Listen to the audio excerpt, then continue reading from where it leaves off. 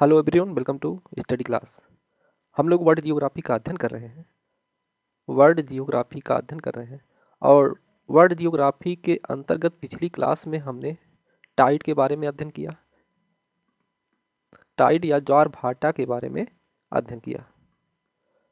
आज की क्लास जो संबंधित है वह है अक्षांश एवं देशांतर या लैटिट्यूड एंड लॉन्गिट्यूड लाइन के बारे में चर्चा करेंगे।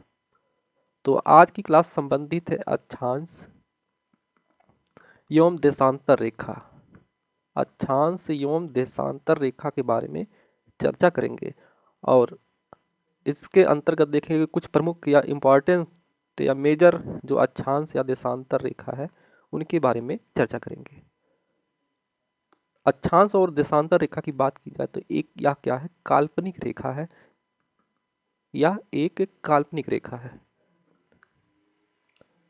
तो पश्चिम से पूरब की तरफ जो लाइन खींची गई है, क्षैतिज लाइन खींची गई जो, उसे कहा जाता है अक्षांश रेखा कहा जाता है। तो क्षैतिज लाइन पश्चिम से पूरब की तरफ जो खींची गई है इसे कहा जाता है अक्षांश रेखा कहा जाता है। अक्षांश रेखा कहा जाता है। वहीं उत्तर से दक्षिण की तरफ जो लाइन निर्धारित की गई है, जो काल्पनिक रेखा है, उसे कहा जाता है देशांतर रेखा। उसे देशांतर रेखा कहा जाता है या लॉन्गिट्यूड लाइन कहा जाता है। लॉन्गिट्यूड लाइन कहा जाता है। तो यह क्या है, एक इमेजिनरी लाइन है या एक काल्पनिक रेखा है। एक काल्पनिक रेखा है। पूछा जाए कि यदि किसी का एग्जैक्ट लोकेशन पता करना है या स्थिति पता करना है तो किस लाइन का प्रयोग किया जाएगा, अक्षांश रेखा या देशांतर रेखा का प्रयोग किया जाएगा। तो एग्जैक्ट लोकेशन के लिए दोनों का प्रयोग किया जाता है। अक्षांश और देशांतर रेखा का प्रयोग किया जाता है लोकेशन के लिए। तो हमने देखा कि अक्षांश और देशांतर रेखा क्या है, एक काल्पनिक रेखा है। अक्षांश पश्चिम से पूरब की तरफ खींची गई जो क्षैतिज लाइन है, और देशांतर रेखा उत्तर से या दक्षिण की तरफ जो खींची गई इमेजिनरी लाइन है या काल्पनिक रेखा है, तो इसे कहा जाता है देशांतर रेखा। तो सबसे पहले हम अक्षांश रेखा के बारे में पढ़ेंगे और कुछ महत्वपूर्ण अक्षांश रेखाओं के बारे में चर्चा करेंगे। तो अक्षांश रेखा क्या है, लैटिट्यूड लाइन पृथ्वी के केंद्र से विषुवत रेखा को आधार मानकर मापी गई कोणीय दूरी को क्या कहा जाता है, अक्षांश कहते हैं। तथा समान अक्षांशों को मिलाने वाली रेखा को अक्षांश रेखा कहते हैं। तो यहाँ है कि केंद्र से विषुवत रेखा को आधार या बेस मानकर निर्धारित किया गया है, कोण निर्धारित किया गया, और उन कोणों को मिलाने वाली, समान कोणों को मिलाने वाली रेखा क्या कहलाती है, अक्षांश रेखा कहलाती है। और यह अक्षांश रेखा किस तरफ खींची गई है, क्षैतिज है, पश्चिम से पूरब या पूरब से पश्चिम की तरफ खींची गई है। एक चित्र के माध्यम से। तो यहाँ है कि इक्वेटर को या विषुवत रेखा को क्या मान लिया गया, बेस मान लिया गया है या आधार मान लिया गया है, और आधार मानकर अक्षांश रेखाओं का निर्धारण किया गया है। जैसे सेंटर से, पृथ्वी के सेंटर से कोण निर्धारित किया गया है। जैसे यहाँ पर यदि मान लिया जाए 1 डिग्री है तो यहाँ से निकाला जाएगा, तो 1 डिग्री पर एक जो है क्या होगा, 1 डिग्री अक्षांश रेखा होगी। इसी प्रकार यदि यहाँ पर मान लिया जाए 23.5 डिग्री है तो यहाँ से 23.5 तो सेंटर को क्या माना गया है, सेंटर से कोणीय माप निकाला गया है। और किसको बेस मानकर, इक्वेटर को या विषुवत रेखा को मानकर निकाला गया है। तो यहाँ से अक्षांश रेखाओं का निर्धारण किया गया है। इस प्रकार अक्षांश रेखाओं का निर्धारण किया गया है। तो यदि यहाँ पर 1 डिग्री अक्षांश रेखा तो यहाँ पर 2 डिग्री अक्षांश रेखा, यहाँ पर 3 डिग्री, इस प्रकार सेंटर से कोणीय माप निकाला गया है इन अक्षांश रेखाओं का। तो अक्षांश रेखा क्या है, विषुवत रेखा को आधार मानकर मापी गई कोणीय दूरी को अक्षांश कहते हैं। और प्रति 1 डिग्री की अक्षांशीय दूरी लगभग कितना होती है, 111 किलोमीटर होती है। तो एक अक्षांश से दूसरे अक्षांश तक यदि मान लिया जाए यहाँ पर 1 डिग्री अक्षांश रेखा है, यहाँ पर 2 डिग्री अक्षांश रेखा है, तो इनके मध्य जो दूरी होती है वह कितनी होती है, लगभग 111 किलोमीटर दूरी होती है। तो एक अक्षांश से दूसरे अक्षांश के मध्य जो दूरी होती है वह कितना है, 111 किलोमीटर होती है। किंतु विषुवत वृत्त पर यह लंबाई 110.6 होती है, जबकि ध्रुवों पर यह लंबाई कितना हो जाती है, 111.7 किलोमीटर हो जाती है। तो विषुवत वृत्त पर यह लंबाई, इनके बीच की दूरी कितना होती है, 110.6, और ध्रुवों पर कितना हो जाती है, 111.7 किलोमीटर हो जाती है। अक्षांश रेखा क्या है, और एक अक्षांश से दूसरे अक्षांश के मध्य दूरी कितना होती है, 111 किलोमीटर होती है। 111 किलोमीटर दूरी होती है इनके मध्य। अब हम प्रमुख अक्षांश रेखाओं के बारे में अध्ययन करेंगे, प्रमुख अक्षांश रेखाओं के बारे में चर्चा करेंगे।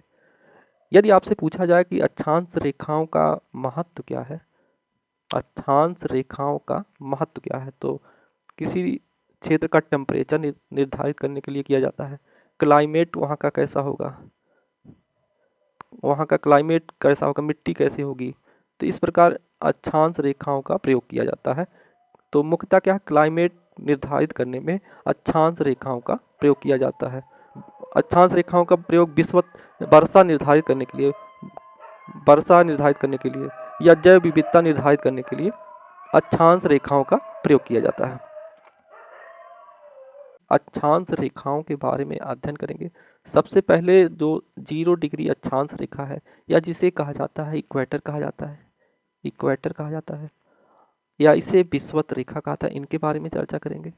इसके अलावा 0 डिग्री से जब नॉर्थ की तरफ जाते हैं तो 23.5 डिग्री नॉर्थ जो अक्षांश रेखा है, जिसे कहा जाता है कर्क रेखा कहा जाता है, या इसे कहा जाता है tropic of cancer, tropic of cancer कहा जाता है। इनके बारे में चर्चा करेंगे। और ऊपर की तरफ आएंगे 66.5 डिग्री के आसपास एक आर्कटिक वृत्त है, आर्कटिक वृत्त कहा जाता है, वह कहाँ स्थित है, 66.5 डिग्री पर स्थित है, उनके बारे में चर्चा करेंगे। वहीं जब हम दक्षिण की तरफ आते हैं, दक्षिण की तरफ 23.5 डिग्री साउथ जो अक्षांश रेखा है, जिसे कहा जाता है tropic of capricorn, tropic of capricorn, या जिसे कहा जाता है मकर रेखा, मकर रेखा के बारे में चर्चा करेंगे। उसके दक्षिण में आते हैं तो 66.5 डिग्री अंटार्कटिक वृत्त है, अंटार्कटिक वृत्त है, या जिसे अंटार्कटिक वृत्त कहा जाता है, इनके बारे में चर्चा करेंगे। तो सबसे पहले हम देखेंगे इक्वेटर के बारे में, या जिसे कहा जाता है विषुवत रेखा कहा जाता है, विषुवत रेखा के बारे में चर्चा करेंगे। तो सबसे पहले हम 0 डिग्री जो पृथ्वी के मध्य खींची गई रेखा है, पश्चिम से पूरब की तरफ जो रेखा खींची गई है, जिसे कहा जाता है इक्वेटर लाइन कहा जाता है, इक्वेटर लाइन, या इसे कहा जाता है विषुवत रेखा के बारे में चर्चा करेंगे। तो यह सबसे लंबी क्या है, अक्षांशी रेखा है। विषुवत रेखा की बात की जाए तो यह सबसे बड़ी अक्षांशी रेखा है, और यह क्या करती है, पृथ्वी को 2 भाग में डिवाइड करती है, नॉर्थ हेमिस्फीयर, नॉर्थ हेमिस्फीयर और साउथ हेमिस्फीयर में डिवाइड करती है, या उत्तरी गोलार्ध, उत्तरी गोलार्ध एवं दक्षिणी गोलार्ध में डिवाइड करती है इसको। तो इक्वेटर क्या करती है, पृथ्वी को 2 पार्ट में डिवाइड करती है, नॉर्थ हेमिस्फीयर और साउथ हेमिस्फीयर में डिवाइड करती है। और यह क्या है, सबसे लंबी रेखा है, इसे कहा जाता है विषुवत रेखा, या इसे कहा जाता है इक्वेटर लाइन कहा जाता है, इक्वेटर लाइन कहा जाता है। और इस रेखा पर सन जो इंसोलेशन है, इंसोलेशन अधिक प्राप्त होता है, या सूर्यातप अधिक प्राप्त होता है। और यहाँ इस क्षेत्र पर इसे विषुवतीय क्षेत्र कहा जाता है, और यहाँ पर विषुवतीय वन पाए जाते हैं, और वर्षा यहाँ पर क्या होती है, समवहनी वर्षा होती है, समवहनी वर्षा होती है। अधिक प्राप्त होने के कारण यहाँ पर तापमान सदैव बना रहता है। इस कारण से यहाँ पर जो वार्षिक तापमान है, वार्षिक तापांतर और दैनिक तापांतर में अंतर क्या होता है, बहुत कम होता है। तो वार्षिक तापांतर या दैनिक तापांतर कम होता है। और यहाँ पर जो वर्षा होती है, वह वर्षा कौन सी होती है, समवहनी वर्षा होती है, या कन्वेक्शनल रेनफॉल होता है इस क्षेत्र में।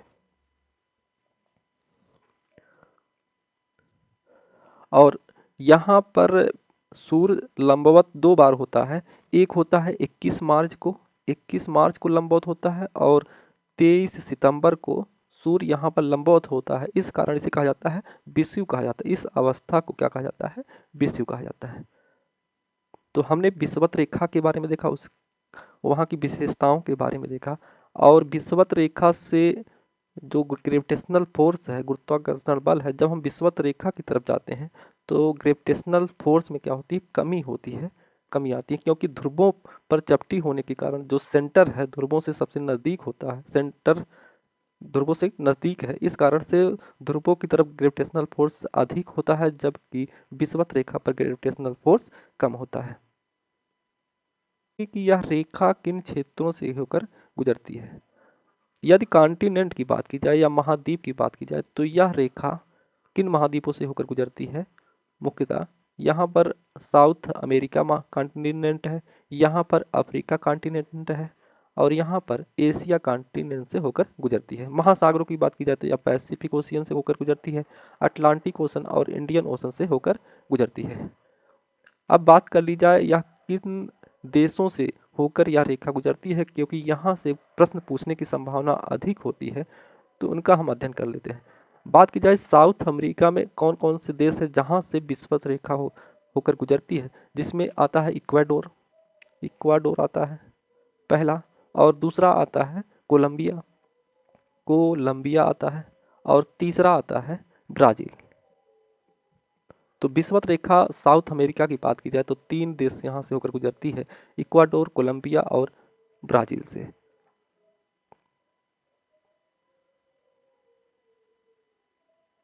कॉन्टिनेंट की बात की जाए तो सबसे पहले यहाँ पर एक देश है जिसे कहा जाता है गैबोन से होकर गुजरती है, गैबोन है। आगे आते हैं तो एक कांगो रिपब्लिक है, कांगो रिपब्लिक है, और इसी के आगे जब बढ़ते हैं तो यहाँ पर स्थित है कांगो लोकतांत्रिक गणराज्य, कांगो लोकतांत्रिक गणराज्य है। तो democratic Republic Congo, democratic Republic Congo है यहाँ पर। और आगे हम बढ़ते हैं तो यहाँ पर स्थित है उगांडा, उगांडा आता है, और आगे बढ़ते हैं तो यहाँ पर स्थित है केन्या आता है, केन्या के बाद आता है सोमालिया, सोमालिया। और तो अफ्रीका में कौन कौन से देश हैं जहाँ से विषुवत रेखा होकर गुजरती है? एक है गैबोन, एक है कांगो रिपब्लिक, और एक है डेमोक्रेटिक रिपब्लिक कांगो है, वहाँ से होकर गुजरती है। उगांडा से होकर जब गुजरती है, और केन्या से होकर गुजरती है सोमालिया से।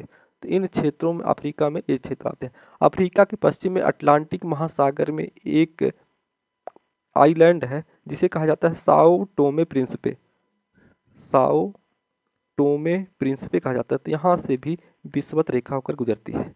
तो हमने अफ्रीका में देखा कौन कौन से देश ऐसे हैं जहाँ से इक्वेटर लाइन या विषुवत रेखा गुजरती है। आगे जाते हैं तो एशिया में आते हैं तो यहाँ पर स्थित है मालदीव से होकर गुजरती है, मालदीव से आगे इंडोनेशिया से होकर गुजरती है। तो यहाँ पर एक द्वीप है बोर्नियो द्वीप है, वहाँ से होकर यह रेखा गुजरती है। तो आगे यहाँ पर एक द्वीप है किरिबाती, यहाँ पर किरिबाती है, किरिबाती से होकर यह रेखा गुजरती है। तो यह रेखा Colombia, Ecuador, Brazil, Sao Tome Principe जो कि एक आइलैंड है अफ्रीका के पश्चिम में, कांगो गणराज्य, गैबोन, युगांडा, केन्या, कांगो लोकतांत्रिक गणराज्य, मालदीव, सोमालिया, इंडोनेशिया और किरबाती से होकर यह रेखा क्या करती है? गुजरती है। कौन से वाटर बॉडी हैं जहाँ से विषुवत रेखा गुजरती है? तो हिंद महासागर से विक्टोरिया झील, विक्टोरिया झील कहाँ पर स्थित है? अफ्रीका में है। तो विक्टोरिया झील से क्या होती है? विषुवत रेखा गुजरती है। अटलांटिक महासागर है, दक्षिण चीन सागर, यहाँ पर दक्षिण चीन सागर यहाँ से होकर गुजरती है।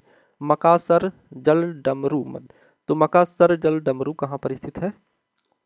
यहाँ पर बोर्नियो द्वीप है, यहाँ यहीं पर सिल्वी द्वीप है, इसी के मध्य में है मकासर जल डमरू। टोमनी की खाड़ी इसी के आसपास क्या है? टोमनी की खाड़ी है। और मोलुक्का सागर है, यहीं आगे जाते हैं तो मोलुक्का सागर है, यहाँ पर माहेरा सागर है इसी के पास, और प्रशांत महासागर से यह रेखा गुजरती है। तो हमने विषुवत रेखा या भूमध्य रेखा के बारे में अध्ययन किया, या इक्वेटर के बारे में अध्ययन किया। अगली जो लाइन है वह लाइन है, या अगली जो अक्षांश रेखा है वह है कर्क रेखा, या जिसे कर्क वृत्त या जिसे कहा जाता है ट्रॉपिक ऑफ कैंसर कहा जाता है। यह वह सबसे उत्तरी अक्षांश रेखा है जहाँ सूर्य सीधे सिर के ऊपर होता है। तो सबसे उत्तरी छोर होता है 23.5 अंश नॉर्थ, जो अक्षांश रेखा है। यह सबसे उत्तरी छोर होता है जहाँ सन क्या करता है, लंबवत होता है, लंबवत चमकता है। तो सन क्या होता है कि यहाँ पर सन है, सन ट्रॉपिक ऑफ कैंसर पर लंबवत होता है, सबसे उत्तरी छोर है या ट्रॉपिक ऑफ कैंसर है। यह सबसे उत्तरी छोर होता है जहाँ पर सन लंबवत होता है। का है 23.5 अंश नॉर्थ अक्षांश रेखा है। और जब सन लंबवत होता है वह समय कौन सा होता है, 21 जून होता है। इसे कहा जाता है ग्रीष्म अयनांत कहा जाता है या ग्रीष्म संक्रांति कहा जाता है, क्योंकि उत्तरी भाग में अब क्या होगा, गर्मी की स्थिति होगी, जबकि दक्षिणी भाग में ठंडी की स्थिति होती है या विंटर सीजन होता है। और यह कर्क रेखा भारत से भी होकर गुजरती है। अभी आगे हम देखेंगे कि कौन कौन से ऐसे राज्य हैं जहां से, भारत के कौन कौन से ऐसे राज्य हैं जहां से कर्क रेखा होकर गुजरती है, कर्क रेखा होकर गुजरती है। अब बात कर ली जाए कर्क रेखा किन देशों से होकर गुजरती है। कॉन्टिनेंट की बात की जाए तो या नॉर्थ अमेरिका से होकर जाती है, आगे या अफ्रीका से होकर जाती है, यहाँ पर एशिया से होकर गुजरती है। हम नॉर्थ अमेरिका की बात कर लें। नॉर्थ अमेरिका में एक है मैक्सिको से होकर गुजरती है, और यहीं पर एक देश है, कैरिबियन देश है, जिसे कहा जाता है बहामास से होकर गुजरती है, बहामास से। अब अफ्रीका कॉन्टिनेंट में बात की जाए तो अफ्रीका कॉन्टिनेंट में यहाँ पर स्थित है वेस्टर्न सहारा, वेस्टर्न सहारा स्थित है। आगे बढ़ते हैं, वेस्टर्न सहारा के बाद यहाँ पर स्थित है मारिटानिया, दूसरा है मारिटानिया, मारिटानिया से होकर गुजरती है। आगे बढ़ते हैं, मारिटानिया के बाद जो अगला देश है वह है अल्जीरिया, यहाँ अल्जीरिया से होकर गुजरती है, अल्जीरिया से होकर गुजरती है। अल्जीरिया के बाद यहीं पर स्थित है नाइजर से होकर गुजरती है, नाइजर से। नाइजर के बाद यह रेखा लीबिया से होकर गुजरती है, और फिर यहीं पर स्थित है इजिप्ट या मिस्र है, मिस्र से होकर गुजरती है। तो अफ्रीका में कौन से देश है, अल्जीरिया है, नाइजर है, मिस्र है, लीबिया है, संयुक्त अरब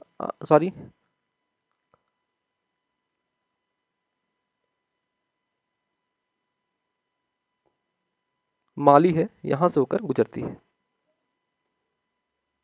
तो और यहीं पर स्थित है माली। तो इन देशों से, अफ्रीका के देश हैं जहाँ से कर्क रेखा होकर गुजरती है। आगे बढ़ते हैं तो एशिया में जब आते हैं तो एशिया में स्थित है, यह गुजरती है सऊदी अरेबिया से, संयुक्त अरब अमीरात से होकर गुजरती है, यूएई से होकर गुजरती है, आगे ओमान से होकर गुजरती है, फिर यह एशिया में म्यांमार से, चीन से, भारत और बांग्लादेश से होकर गुजरती है।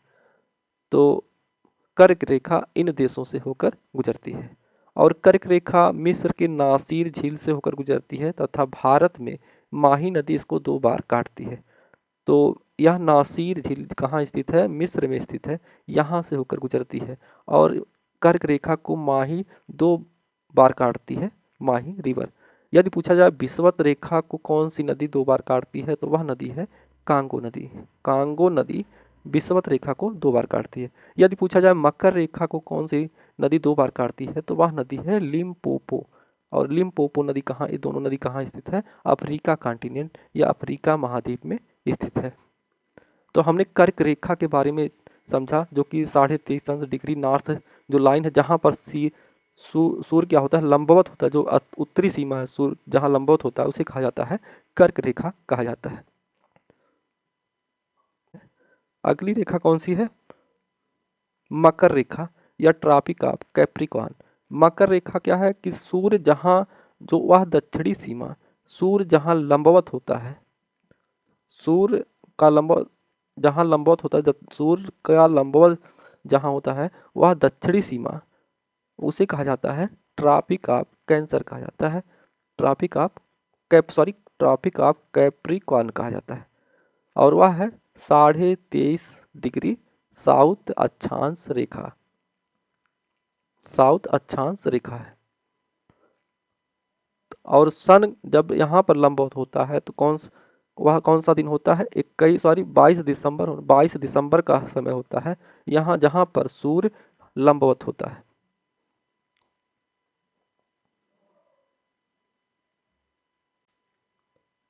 तो मकर रेखा क्या है? वह दक्षिणी क्षेत्र जहाँ पर सन लंबवत होता है, और जब यहाँ पर सन लंबवत होगा तो यहाँ पर ग्रीष्म अयनांत होगा और उत्तरी भाग में शीत अयनांत होता है। अब देखेंगे मकर रेखा किन देशों से होकर गुजरती है। मकर रेखा की बात की जाए तो यह साउथ अमेरिका कॉन्टिनेंट से होकर जाती है। साउथ अमेरिका में कौन कौन से देश हैं? एक है चिली, चिली के बाद अर्जेंटीना, अर्जेंटीना है, अर्जेंटीना के बाद यहाँ पर है पराग्वे, पराग्वे से होकर जाती है, और यहीं पर है ब्राज़ील। तो इन क्षेत्रों से होकर गुजरती है, ब्राज़ील, पराग्वे, अर्जेंटीना और चिली। अफ्रीका में यह किस देश से होकर गुजरती है? यहाँ पर है ट्रॉपिक ऑफ कैप्रिकॉर्न, तो यह गुजरती है नामीबिया, नामीबिया, बोत्सवाना, बोत्सवाना से होकर जाती है, और यहीं पर स्थित है साउथ अफ्रीका, साउथ अफ्रीका से जाती है, और आगे यहीं पर स्थित है मोजाम्बिक, मोजाम्बिक से होकर गुजरती है, और एक आइलैंड है यहाँ पर मेडागास्कर, मेडागास्कर से होकर जाती है, और यह रेखा ऑस्ट्रेलिया से भी होकर गुजरती है, मकर रेखा ऑस्ट्रेलिया से भी होकर गुजरती है। तो यह अर्जेंटीना, चिली, नामीबिया, दक्षिण Africa, Madagascar, Australia, Brazil, Paraguay, Botswana और मोजाम्बिक से होकर गुजरती है ट्रॉपिक ऑफ कैप्रिकॉर्न या मकर रेखा। यदि बात की जाए कौन सा ऐसा कॉन्टिनेंट है जहाँ से मकर रेखा, विषुवत रेखा और कर्क रेखा तीनों होकर गुजरती है, तो वह कॉन्टिनेंट है अफ्रीका कॉन्टिनेंट, अफ्रीका कॉन्टिनेंट। यदि पूछा जाए इन तीनों में से कोई नहीं गुजरती, कौन सा कॉन्टिनेंट है जहां से इन तीनों में से कोई रेखा नहीं गुजरती? वह है यूरोप कॉन्टिनेंट स्थित है, रेखा है, वह अक्षांश रेखा है आर्कटिक वृत्त, आर्कटिक सर्किल।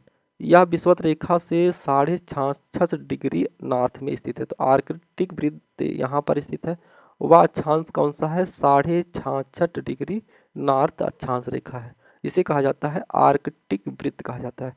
आर्कटिक वृत्त आर्कटिक महासागर, कनाडा, ग्रीनलैंड, रूस, संयुक्त राज्य अमेरिका का अलास्का क्षेत्र, नॉर्वे, स्वीडन और फिनलैंड से होकर गुजरती है। तो यह रेखा कनाडा से होकर जाती है, और यहीं पर पार्ट है अमेरिका का पार्ट है, वह पार्ट है अलास्का से होकर जाती है। आगे यहाँ पर स्थित है ग्रीनलैंड है, ग्रीनलैंड से होकर गुजरती है। ग्रीनलैंड के बाद यहाँ पर नॉर्वे है, स्वीडन है और फिनलैंड है, यहाँ से होकर जाती है, और रूस का जो साइबेरियन क्षेत्र है यहाँ से होकर यह रेखा गुजरती है। और यह जो आर्कटिक वृत्त है कनाडा की, यहाँ पर बियर झील है, ग्रेट बियर झील कहा जाता है, यहाँ से आर्कटिक वृत्त होकर गुजरती है। तो हमने आर्कटिक या सबसे 66.5 डिग्री जो नॉर्थ सर्किल है उसे कहा जाता है आर्कटिक वृत्त कहा जाता है। अगला जो अक्षांश रेखा है वह अक्षांश रेखा है अंटार्कटिक वृत्त। यह विषुवत रेखा से 66.5 डिग्री दक्षिण की कोणीय दूरी अंटार्कटिक वृत्त के रूप में जानी जाती है। तो यहाँ पर जो 66.5 डिग्री रेखा है या अक्षांशीय रेखा है, साउथ 66.5 डिग्री साउथ अक्षांशीय रेखा है, उसे कहा जाता है अंटार्कटिक वृत्त कहा जाता है। तो इसका जो यह रेखा मुख्यतः कहाँ से गुजरती है? अंटार्कटिका क्षेत्र से गुजरती है, जिसे कहा जाता है अंटार्कटिका को सफ़ेद महाद्वीप भी कहा जाता है, क्योंकि यहाँ पर बर्फ जमा रहता है हमेशा, इसे कहा जाता है सफ़ेद महाद्वीप कहा जाता है। तो हमने कुछ अक्षांश रेखाओं के बारे में अध्ययन किया, उनकी विशेषताओं के बारे में देखा। अब हम लॉन्गिट्यूड लाइन के बारे में या देशांतर रेखा के बारे में चर्चा करेंगे। देशांतर रेखा, लाइन्स ऑफ लॉन्गिट्यूड, उत्तर एवं दक्षिण ध्रुव को मिलाने वाली ऊर्ध्वाधर काल्पनिक रेखा जो पृथ्वी को दो बराबर ऊर्ध्वाधर भागों में बांटती है उसे देशांतर रेखा कहलाती है, देशांतर रेखा कहलाती है। तो यहाँ पर स्थित है नॉर्थ पोल और यहाँ पर स्थित है साउथ पोल। तो नॉर्थ पोल और साउथ पोल से जो खींची गई रेखा है वह क्या है? उसे कहा जाता है देशांतर रेखा कहा जाता है। और प्रत्येक देशांतर रेखा क्या होती है? बराबर होती है, बराबर होती है। और इन देशांतर रेखाओं के मध्य की दूरी कितना होती है? 111.321 किलोमीटर होती है। तो एक देशांतर यहाँ पर है, दूसरा देशांतर यहाँ पर है, इनके मध्य की दूरी जो होती है 111.321 होती है। और देशांतर रेखा का और या उत्तरी और दक्षिणी ध्रुव पर शून्य हो जाती है। तो इनके मध्य की दूरी, बीच की दूरी क्या होती है, ध्रुवों पर शून्य हो जाती है। और देशांतर रेखा का प्रयोग किस लिए किया जाता है, अंतर्राष्ट्रीय तिथि लाइन निर्धारित करने के लिए, या तिथि निर्धारित करने के लिए, टाइम निर्धारित करने के लिए, और लोकेशन पता करने के लिए इन रेखाओं का प्रयोग किया जाता है। तो लोकेशन के लिए अक्षांश भी होना चाहिए। तो अक्षांश और देशांतर मिलकर क्या ज्ञात किया जा सकता है, लोकेशन ज्ञात किया जाता है। और इसी से रेखा से प्रत्येक देश का क्या है, स्टैंडर्ड टाइम निर्धारित किया जाता है। स्टैंडर्ड टाइम या मानक समय निर्धारित किया जाता है। देशांतर रेखाओं के बारे में, महत्वपूर्ण देशांतर रेखाओं के बारे में चर्चा करेंगे। पहली देशांतर रेखा कौन सी है, वह है 0 डिग्री लॉन्गिट्यूड लाइन या 0 डिग्री देशांतर रेखा। या यह देशांतर रेखा कहाँ से गुजरती है, इंग्लैंड में एक जगह है, वह है ग्रीनविच वेधशाला, वहाँ पर स्थित है, या वहाँ से गुजरती है। इस कारण से इसे कहा जाता है ग्रीनविच रेखा भी कहा जाता है, ग्रीनविच रेखा कहा जाता है। तो ग्रीनविच रेखा लंदन में एक स्थान है, ग्रीनविच वेधशाला वहाँ से गुजरती है इंग्लैंड में, तो इसे उस नाम से भी जाना जाता है, ग्रीनविच रेखा के नाम से जाना जाता है। और इस रेखा से इसके अपोजिट साइड, जब मैप में देखेंगे तो इसके अपोजिट साइड कौन सी रेखा है, 180 डिग्री देशांतर रेखा है, देशांतर रेखा, जिससे क्या निर्धारित किया जाता है, इंटरनेशनल डेट निर्धारित की जाती है या तिथि निर्धारित की जाती है। अब 0 डिग्री देशांतर रेखा का महत्व क्या है, इससे प्रत्येक देश का क्या निर्धारित किया जाता है, टाइम निर्धारित किया जाता है, टाइम निर्धारित किया जाता है। और 0 डिग्री से यदि हम पूरब की तरफ जाते हैं तो टाइम में वृद्धि होती है, टाइम में वृद्धि होती है। जबकि यदि हम पश्चिम की तरफ जाएंगे तो टाइम में कमी आती है। एग्जाम्पल से इसको हम समझते हैं। यहाँ पर मान लिया जाए ग्रीनविच टाइम कितना है, यदि मान लिया जाए यहाँ पर 12 बज रहे हैं, दोपहर के 12 बज रहे हैं, दोपहर के 12 बज रहे हैं। अब यहाँ पर स्थित है 82.5 डिग्री, जो भारत का स्टैंडर्ड टाइम है या मानक समय है, जिससे पूरे देश का समय निर्धारित किया जाता है, वह कौन सी रेखा है, 82.5 डिग्री है। इसी प्रकार हम मान लिया जाए अमेरिका में जो स्टैंडर्ड टाइम है वह मान लिया जाए 90 डिग्री है, 90 डिग्री देशांतर रेखा है, या 90 डिग्री से कहा जाएगा पूर्वी रेखा कहा जाएगा, या इसे ईस्ट रेखा कहा जाएगा। और यह रेखा कौन सी है, 82.5 डिग्री, सॉरी यहाँ पर वेस्ट होगा और यहाँ पर 82.5 डिग्री ईस्ट रेखा है। यदि यहाँ पर 12 बज रहे हैं तो पूछा जाए भारत में कितना बजेगा, जो कि यहाँ का स्टैंडर्ड टाइम कहाँ से निर्धारित किया जाता है, 82.5 डिग्री से निर्धारित किया जाता है। तो चूंकि एक देशांतर से दूसरे देशांतर जाने के बाद कितने मिनट का अंतर आता है, 4 मिनट, 4 मिनट का फर्क आता है। तो अब हमें 0 डिग्री से चलना कहाँ पर है, 82.5 डिग्री की तरफ चलना है। तो 82.5 एक देशांतर चलने पर कितने समय का फर्क आता है, 4 डिग्री का, 4 मिनट का फर्क आता है। तो 82.5 में हम क्या करेंगे, 82.5 में 4 से गुणा करेंगे, तो यहाँ पर होगा 4 दूनी 8 और 4 अठे 32, 328, और इसका 2 से गुणा करेंगे तो 2 आएगा, यानी यहाँ पर कितना हो जाएगा, 330 मिनट का फर्क आएगा, 330 मिनट का फर्क आएगा। यदि इसे हम घंटा में बदलें तो 60 से भाग देंगे तो लगभग कितना आएगा, 5.3, यानी 5.5 घंटा का अंतर आएगा। तो हमने बताया कि जब पूरब की तरफ चलेंगे तो टाइम में वृद्धि होगी। तो यहाँ पर यदि दोपहर के 12 बज रहे हैं तो टाइम में 5 घंटा इसमें क्या कर लिया जाएगा, 5.5 घंटा प्लस कर लिया जाएगा। तो यहाँ पर उसी दिन, यदि मान लिया जाए यहाँ सोमवार है तो सोमवार के उसी दिन शाम के यहाँ पर कितने बजेंगे, 5:30 बजेंगे, क्योंकि 12 में इतना जोड़ा जाएगा, 5 घंटा प्लस किया जाएगा, तो यहाँ पर 5:30 बजेंगे। तो पूरब की तरफ जाने में टाइम में क्या होता है, वृद्धि होती है। देखा जाए अमेरिका में, अमेरिका को हमने माना जो स्टैंडर्ड टाइम है वह है 90 डिग्री वेस्ट देशांतर रेखा। अब चूंकि 4 मिनट का अंतर आ रहा है तो 90 डिग्री जाने पर कितना आएगा, 4 से गुणा करेंगे तो कितना आएगा, 360 आएगा। अब 360 को हम परिवर्तित करेंगे घंटे में तो 60 से भाग देंगे तो कितना आएगा, 6 आएगा। अब 6 क्या है, हम शाम के 6 बजेंगे यहाँ, कि यहाँ यदि 12 बज रहे हैं तो हम क्या कर जाएंगे, पीछे की तरफ जाएंगे। तो यहाँ पर टाइम घटेगा, तो यहाँ पर सुबह का 6 बजेगा, यहाँ पर सुबह का 6 बजेगा, क्योंकि पश्चिम की तरफ जाने पर टाइम में कमी आती है। तो यहाँ यदि दोपहर के 12 है तो यहाँ पर सुबह के 6 होंगे। भारत में कितना होगा, 5:30 बजे होंगे, शाम का समय होगा, यानी 5:30 PM का समय होगा। तो यदि बात की जाए जो 0 डिग्री लॉन्गिट्यूड लाइन है कहाँ से होकर गुजरती है, या यूनाइटेड किंगडम, स्पेन, फ्रांस से होकर गुजरती है, घाना, अल्जीरिया, माली, टोगो, बुर्किना फासो जो कि अफ्रीका में स्थित है, और अंटार्कटिका से होकर गुजरती है। और इसका महत्व क्या है, या प्रत्येक देश का जो टाइम है वह निर्धारित करने के लिए किया जाता है। इसका नाम क्या है, ग्रीनविच टाइम रेखा भी है। अब हम जो अगली रेखा है वह है international date line. International date line क्या है, 180 जो उत्तर से दक्षिण की तरफ जो खींची गई रेखा है उसे कहा जाता है इंटरनेशनल डेट लाइन कहा जाता है, अंतरराष्ट्रीय तिथि रेखा कहा जाता है। और इसका निर्धारण कब किया गया था, 1884 में वाशिंगटन में संपन्न हुए सम्मेलन में किया गया था।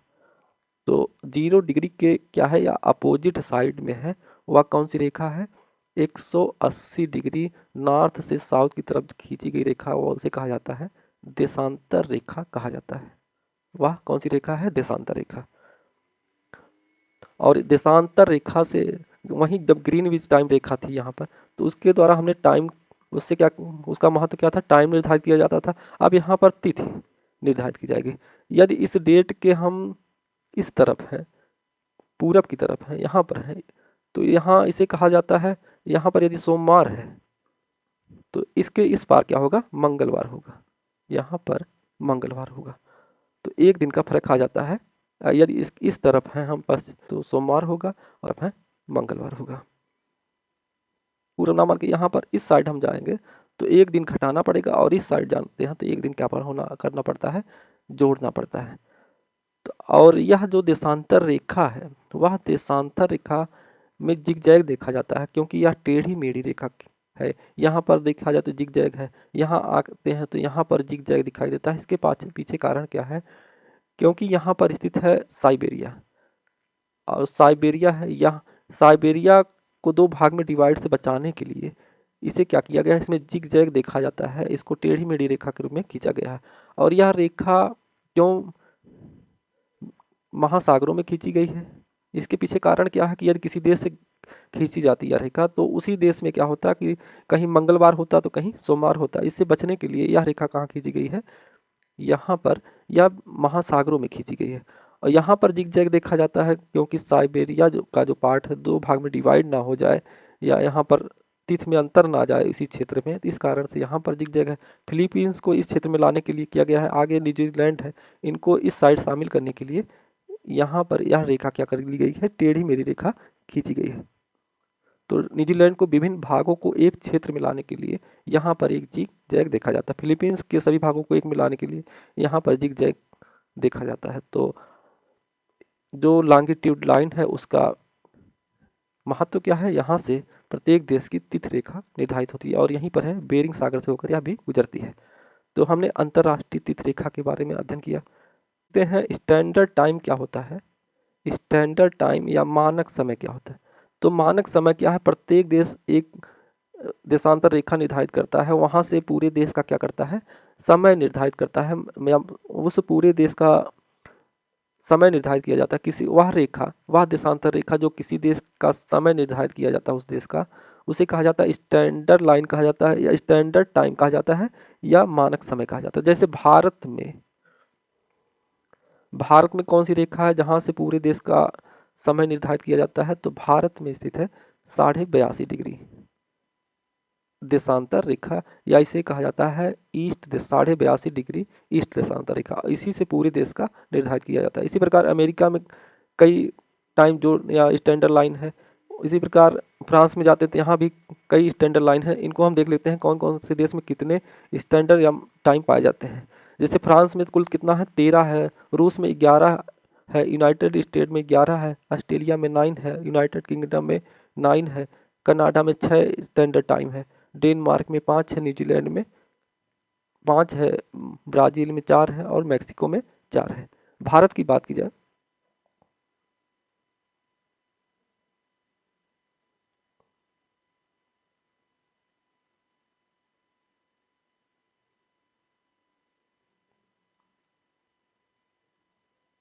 जो रेखा है वह है 82.5 डिग्री अक्षांश रेखा, 82.5 डिग्री ईस्ट अक्षांश देशांतर रेखा। इसी के द्वारा पूरे भारत का क्या निर्धारित किया जाता है, टाइम निर्धारित किया जाता है। और यह जो गुजरती है यह उत्तर प्रदेश से होकर जाती है, फिर एमपी या मध्य प्रदेश से होकर गुजरती है, छत्तीसगढ़ से जाती है, उड़ीसा से जाती है और आंध्र प्रदेश से होकर यह रेखा गुजरती है। और यह जो भारत का मानक समय निर्धारित किया जाता है, मानक रेखा कौन सी है, 82 डिग्री ईस्ट देशांतर रेखा है। इसी प्रकार भारत के किन राज्यों से होकर कर्क रेखा गुजरती है, तो कर्क रेखा जो कि कौन सी है, 23.5 नॉर्थ अक्षांश रेखा है, या इसे कहा जाता है कर्क रेखा या ट्रॉपिक ऑफ कैंसर कहा जाता है। तो यह गुजरती है, यहाँ पर गुजरात से होकर गुजरती है, राजस्थान से होकर जाती है, राजस्थान के बाद यह मध्य प्रदेश से गुजरती है, मध्य प्रदेश के बाद यह छत्तीसगढ़ से गुजरती है, छत्तीसगढ़ के बाद यह झारखंड से गुजरती है, झारखंड के बाद यह पश्चिम बंगाल से, यहाँ पर त्रिपुरा से गुजरती है यह रेखा, और पूरम से होकर गुजरती है। तो इन राज्यों से होकर कुल मिला के 8 राज्यों से होकर कर्क रेखा गुजरती है। तो आज की क्लास में हमने अक्षांश और देशांतर रेखा के बारे में समझा, उनके महत्व के बारे में देखा और प्रमुख अक्षांश देशांतर रेखाओं के बारे में अध्ययन किया। तो आज की क्लास बस यहीं समाप्त करते हैं। धन्यवाद।